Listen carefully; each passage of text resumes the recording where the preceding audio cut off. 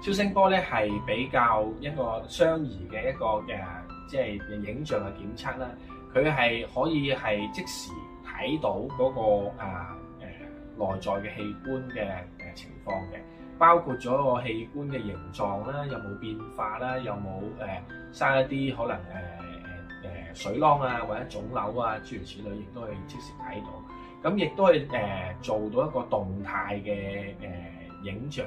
咁譬如有啲情況係需要到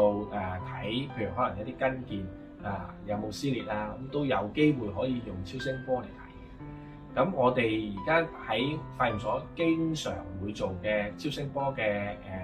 部分咧，包括咗上腹嘅各個器官啦，例如肝、膽、脾、胰、腎臟，另外下腹有膀胱、子宮、卵巢同埋前列腺。咁另外仲有胸部啦、